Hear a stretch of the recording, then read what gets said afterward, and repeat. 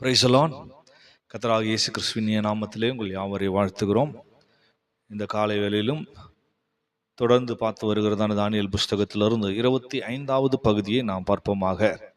அதற்கு தானியேல் புஸ்தகம் 6ஆம் அதிகாரம் 7ஆம் வசனத்தையும் 10ஆம் வசனத்துக்கு நேராக நம்முடைய கவனத்தை திருப்பும் போது, எவனாகிலும் 30 நாள் வரையில் ராஜாவாகி உம்மை தவிர எந்த தேவனை ஆனாலும் மனுஷனை ஆனாலும் நோக்கி யாதொரு காரியத்தை குறித்து விண்ணப்பம் பண்ணினால் அவன் சிங்கங்களின் கெபியிலே போடப்பட ராஜா கட்டளை பிறப்பித்து உறுதியான தாக்கீத்து செய்ய வேண்டும் என்று ராஜ்யத்தினுடைய எல்லா பிரதானிகளும் தேசாதிபதிகளும் பிரபுகளும் மந்திரிமார்களும் தலைவர்களும் ஆலோசனை பண்ணி கொண்டிருந்தார்கள்.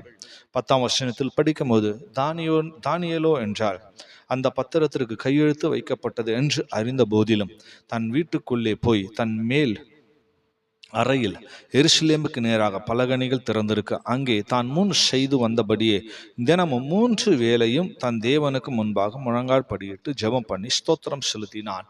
பிரியமானவர்களே, இந்த வேத பகுதிகளை பார்க்கும்போது அங்கே ராஜாவை தவிர வேறு ஒருவரையும் அங்கே நோக்கி விண்ணப்பம் பண்ணக்கூடாது என்கிறதான ஒரு தாக்கீத்து கையெழுத்தானது. இவ்விதமான ஒரு காரியம் நடந்தபோது இது தானியேலுக்கு விரோதமாக செய்யப்பட்ட ஒரு சூழ்ச்சியாக இருந்தது. ஏனென்று சொன்னால், தானியேலை எப்படியாகிலும் குற்றப்படுத்த வேண்டும் என்று சொல்லி அங்கிருந்ததான பிரதானிகள், தேசாதிபதிகள், பிரபுக்கள், மந்திரிமார்கள் எல்லாம் அவர்கள் ஆலோசனை பண்ணி கொண்டிருந்தார்கள். இப்படிப்பட்டதான சூழ்நிலையிலே அவன் தேவனுக்கு அடுத்த விஷயத்தை தவிர வேற எதிலும் அவனை குற்றப்படுத்த முடியாது என்று சொல்லி ராஜாவை வணங்க வேண்டும், இல்லாட்டா ராஜாவை வேண்டிக் கொள்ள வேண்டும் என்றதான ஒரு கட்டளையானது பிறப்பிக்கப்பட்டது. இப்படிப்பட்ட சூழ்நிலையில் தானியேலோ அங்கே வாசிக்கும் போது அந்த பத்திரத்துக்கு கையெழுத்து போட்ட பிற்பாடும் தான் முன் செய்து வந்தது போலவே தான் முன்பாக செய்து கொண்டிருந்த அந்த முறைமையின்படியே அவன் வீட்டுக்குள் போய் தன்னுடைய மேல் அறையில் எருசலேம் நேராக பலகணிகளை திறந்திருக்க அவன் தினமும் 3 வேளை தன் தேவனை நோக்கி முழங்கால் படியிட்டு ஜெபம் பண்ணி ஸ்தோத்திரம் பண்ணினான் என்று படிக்கிறோம். பிரியமானவர்களே, தடைகள் மத்தியிலும் தனக்கு விரோதமாக போராட்டங்கள் இருந்த போதிலும் தனக்கு விரோதமாக எதிர்ப்புகள் இருந்த போதிலும் அவனை தேவனை விட்டு விலகாமல் தேவனை பற்றி பிடித்து கொள்ளுகிறவனாக, இல்லாவிட்டால் தேவனை தேடுகிறவனாக இருந்தான். பிரியமானவர்களே, நம்மை குறித்து நம்ம யோசிக்கும் போது பல சந்தர்ப்பங்கள்ல நாம் தேவனை தேடாதவர்களாக இருக்கிறோம். இல்லாவிட்டால் நமக்கு விரோதமாய் போராட்டங்கள், எதிர்ப்புகள், கஷ்டங்கள், பிரச்சனைகள் வரும்போது மாத்திரம் தேவனை தேடுகிறவர்களாக இருக்கிறோம். தானியேல் அப்படி அல்ல. வேதத்தில் வாசிக்கும் போது தான் முன் செய்து வந்தபடியே என்று சொல்லப்பட்டிருக்கு. ஆகவே அவனுடைய வாழ்நாள் எல்லாம் செய்து கொண்டிருந்த அந்த முறைமையை அவனுடைய ஜீவிய காலத்தின் முடிவு வரைக்கும் கடைபிடித்து கொண்டே வந்தான். எவ்விதமாக அவன் தேவனை தேடினானோ அந்த முறைமையை அவன் மாற்றிக்கொள்ளவில்லை. எதிர்ப்புகள் வந்தபோது மாற்றிக்கொள்ளவில்லை, போராட்டங்கள் வந்தபோது மாற்றிக்கொள்ளவில்லை, தனக்கு ஒரு சோதனை வந்தபோது அவன் மாற்றிக்கொள்ளவில்லை. இன்றைக்கு அநேக தேவனுடைய பிள்ளைகள் சோதனைகள், போராட்டங்கள், எதிர்ப்புகள், கஷ்டங்கள் வரும்போது உடனே தங்களுடைய சூழ்நிலைகளை, தங்களுடைய நிலைமைகளை மாற்றிக்கொள்கிறார்கள். பிரியமானவர்களே, நாம் தேவனை தேடுகிற விஷயத்தில் உறுதியுள்ளவர்களாக இருக்க வேணும். இங்கே தானியேலை பற்றி படிக்கும் போது எவ்விதமாக அவன் தேவனை தேடினான், இல்லாவிட்டால் அவனுடைய ஜெபம், அவனுடைய தேவனை தேடுகிற அனுபவம் எப்படி இருந்தது என்று சொல்லி பார்க்கும்போது அங்கே வாசிக்கிறோம், அவன் முதலாவதாக மேல் அறைக்கு சென்றான் என்று படிக்கிறோம். மேல் வீட்டின் அனுபவம் அவன் தானியேலுக்கு இருந்தது. அப்போஸ்தலர் நடபடிகள் 1ஆம் அதிகாரம் 13ஆம் வசனத்தில் வாசிக்கும் போது, அவர்கள் அங்கே வந்தபோது மேல் வீட்டில் ஏறினார்கள் என்று அங்கிருந்தான 120 பேர், கர்த்தரை பின்பற்றினதான அப்போஸ்தலர்கள் அவரோடு சேர்ந்து தேவ ஜனம் 120 பேர் அந்த மேல் வீட்டில் ஏறினார்கள். 2ஆம் அதிகாரம் 4ஆம் வசனத்தில் வாசிக்கும் போது, அவர்கள் எல்லாரும் பரிசுத்த ஆவியினால் நிரப்பப்பட்டு ஆவியானவர் தங்கள் தந்துள்ள வரத்தின்படி வெவ்வேறு பாஷைகள் பேசத் தொடங்கினார்கள் என்று படிக்கிறோம். மேல் வீட்டின் அனுபவமானது தேவனுடைய பிள்ளைகளுடைய ஜீவியத்தில் காணப்பட வேண்டியது அவசியம். பிரியமானவர்களே, நாம் தேவனை தேடுகிறோம் ஜெபத்தின் மூலமாக, அது முக்கியம்தான். ஆனால் அதன் மத்தியில நாம் மேல் வீட்டின் அனுபவத்தோடு கூட தேட வேணும். மேல் வீட்டின் அனுபவம் என்று சொல்லும்போது பரிசுத்த ஆவியினால் நிறைந்து ஜெபிக்கிற ஒரு அனுபவமாக இருக்கிறது. யூதாவின் புஸ்தகம் 20ஆம் வசனத்திலே வாசிக்கும் போது, நீங்களோ பிரியமானவர்களே உங்கள் மகா பரிசுத்தமான விசுவாசத்தின் மேல் உங்களை உறுதிப்படுத்தி கொண்டு பரிசுத்த ஆவிக்குள் ஜெபம் பண்ணி என்று படிக்கிறோம். ஆகவே நாம் ஜெபம் பண்ணும் போது மேல் வீட்டின் அனுபவம், பரிசுத்த ஆவியினால் நிறைந்து ஜெபிக்கிற அனுபவம் நம்ம காணப்பட வேண்டும். அப்போல்தான் எதிர்ப்புகளை, சத்துருவினுடைய திட்டங்களை, சதிகளை நம்மால் மேற்கொள்ள முடியும், ஜெயம் எடுக்க முடியும். இரண்டாவதாக தானியேல் செய்த காரியம், அவனுடைய அனுபவம் என்ன?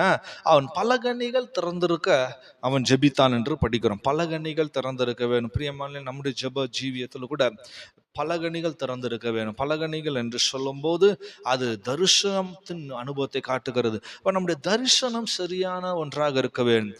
ஏதோ கண்மூடிதனமாக ஜெபம் செய்கிறதல்ல, இல்லை சடங்காச்சாரத்தின்படி ஜெபிக்கிறவர்களாக அல்ல.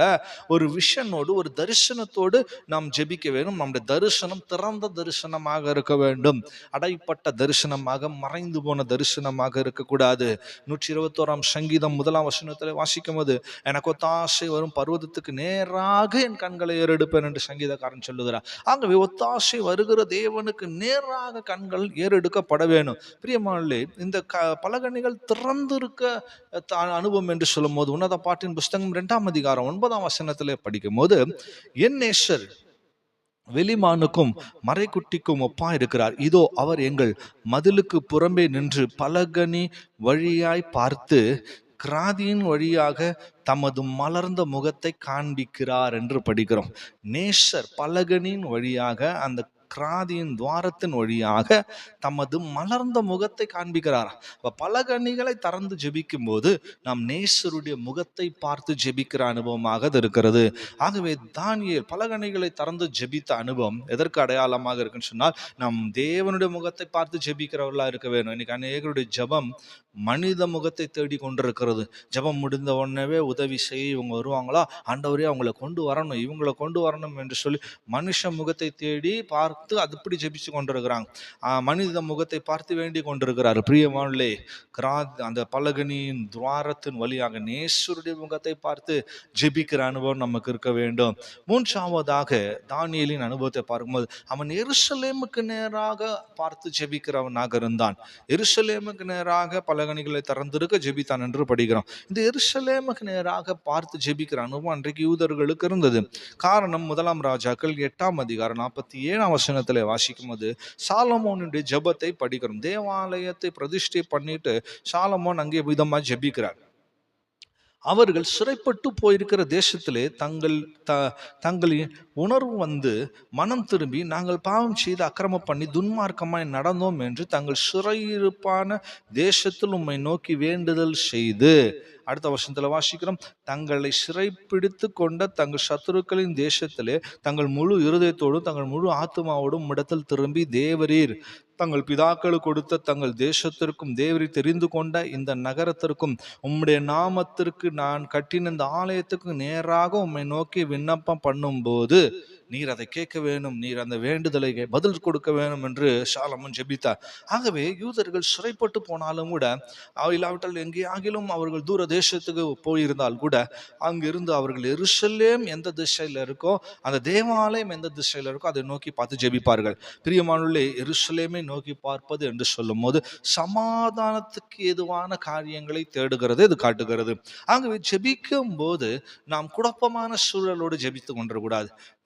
மனதுக்குள்ள பல விரோதங்களையும் பல கோவங்களையும் எரிச்சல்களையும் வைத்துக் கொண்டு ஜெபிக்க கூடாது.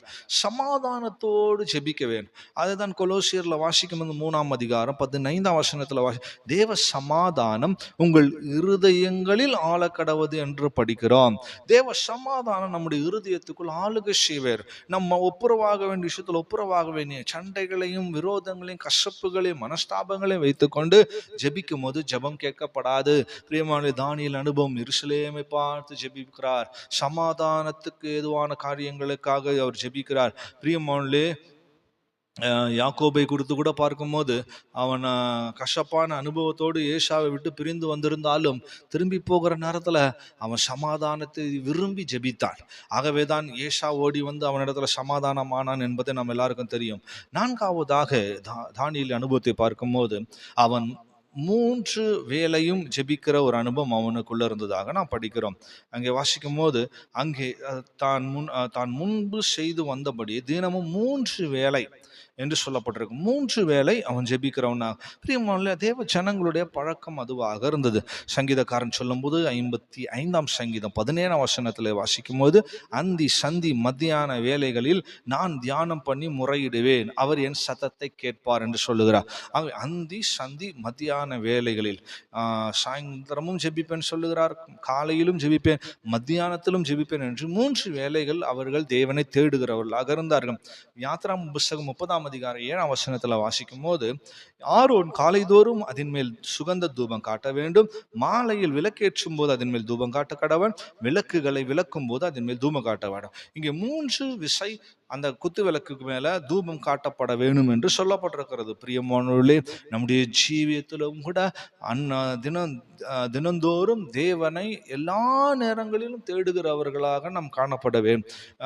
அவர்கள் 3 வேளை தேவனை தேடினார்கள். நம்ம நேரம் குறித்து வேலை குறித்து தேடுகிற பழக்கம் அல்ல, எக்காலமும் தேவனை தேடுகிறவர்களாக எல்லா சூழ்நிலைகளும் தேவனோடு சஞ்சரிக்கிற அனுபவம் நமக்குள்ள இருக்க வேண்டும். அப்படி நாம் சஞ்சரித்து தேவனை தேடும் போது, தேவ சமூகத்தில் ஜெபங்களை வைக்கும் போது தேவன் நம்முடைய ஜெபங்களுக்கு பதில் அளிக்கிறவராக இருக்கிறார். 5ஆவதாக பார்க்கும்போது தானியேல் முழங்கால் படியிட்டு ஜெபிக்கிற அனுபவம் அவனுக்குள்ள இருந்தது. கர்த்தருக்கு முன்பதாக முழங்கால் படியிட்டு ஜெபித்தான். பிரியமானவர்களே, முழங்கால் படியிடுகிறது என்று சொல்லும் போது ஏசியா 45ஆம் அதிகாரம் 23ஆம் வசனத்தில் வாசிக்கும், முழங்கால் யாவும் எனக்கு முன்பாக முடங்கும் என்று கர்த்தர் சொல்கிறார். ஸோ முழங்கால் யாவும் கர்த்தருக்கு முன்பாக முடங்க வேண்டும். முழங்கால் மடங்குவது எதை வெளிப்படுத்துகிறது?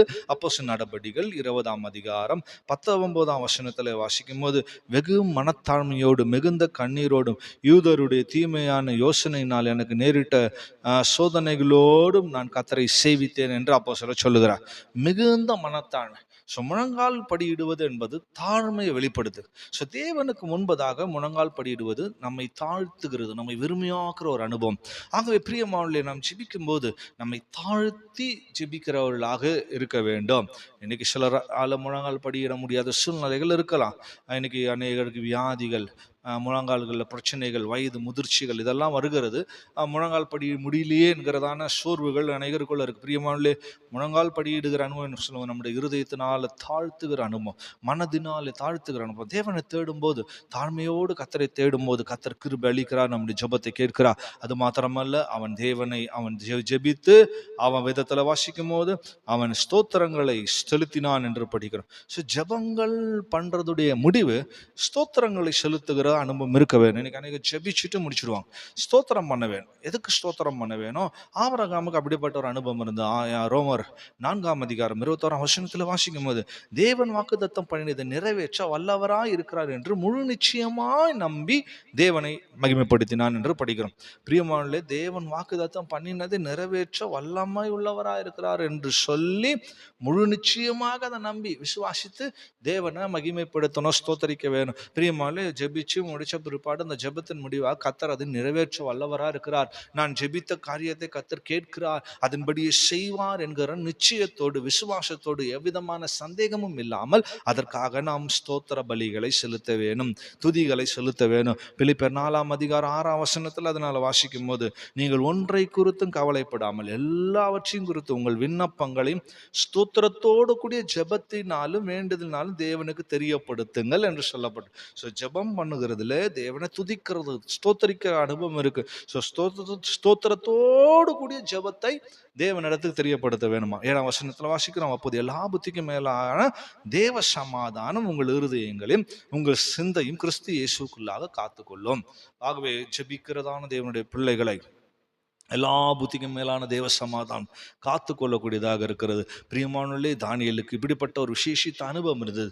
அவனை எவ்வளோ குற்றப்படுத்தி குறைப்பு சொல்ல வேண்டும் என்று அவனை குற்றப்படுத்த வேண்டும் நினைத்தார்கள். ஆனால் அவனுடைய ஜெபம், அந்த அனுபவம் அவனை விட்டு நீங்கவில்லை. பிரியமானவர்களே, எப்பேற்பட்ட சோதனையின் காலகட்டங்கள் நமக்கு நேரிட்டாலும், எப்பேற்பட்ட போராட்டங்கள் நேரிட்டாலும், எதிர்ப்புகள் இருந்தாலும், நாமும் கூட இந்த தானியேலை போல இப்படிப்பட்ட அனுபவங்களோடு ஜெபிக்கிறவர்களாக இருக்க வேணும். தானியேலுக்கு தந்த அந்த அனுபவங்களை நாமும் பெற்றுக்கொண்டு அவ்விதமாக ஜெபித்து கர்த்தரை ஸ்துதிக்கும் போது, மகிமைப்படுத்தும் போது, தோத்தரிக்கும் போது எல்லா புத்திக்கும் மேலான தேவ சமாதானம் நம்முடைய இருதயத்தையும் மனதையும் ஆளுகை செய்யும். கர்த்தருடைய கரத்திலே நம்முடைய கண்களை மூடி ஒப்பு கொடுப்போமாக. நல்ல பிதாவே, உடைய அருமையான சமூகத்துக்காக துதிக்கிறோம். இந்த வார்த்தைகளை கேட்ட நம்முடைய ஜனங்களை இந்த நாளிலும் ஆசீர்வதிக்க முடியாது ஜெபிக்கிறோம் சுவாமி. தானியேலை போல அந்த ஜெப வாழ்க்கையை நாங்கள் கட்டி எழுப்பி கொண்டு அந்த அனுபவங்களை எங்களுடைய ஜீவிதத்தில் காத்து கொண்டு நாங்கள் ஜெபிக்க தேவனை தேட கர்த்தர் உதவி செய்ய முடியாது. ஜெபிக்கிறோம். எதிர்ப்புகள், போராட்டங்கள், சோதனைகள், விரோதங்கள் இதெல்லாம் நாங்கள் பாராமல் எங்களுடைய தேவனுடைய முகத்தை தேடி எல்லா புத்திக்கும் மேலான தேவ சமாதானத்தை எங்களுடைய இருதயத்திலும் மனதிலும் பெற்றுக்கொள்ள கர்த்தர் உதவி செய்ய முடியாது. ஜெபிக்கிறோம். கிருபையின் கரத்துக்குள்ளங்களை தாழ்த்தி தருகிறோம். காத்துக்கொள்ளும். இயேசுவின் மூலம் கேட்கிறோம் பிதாவே. ஆமென்.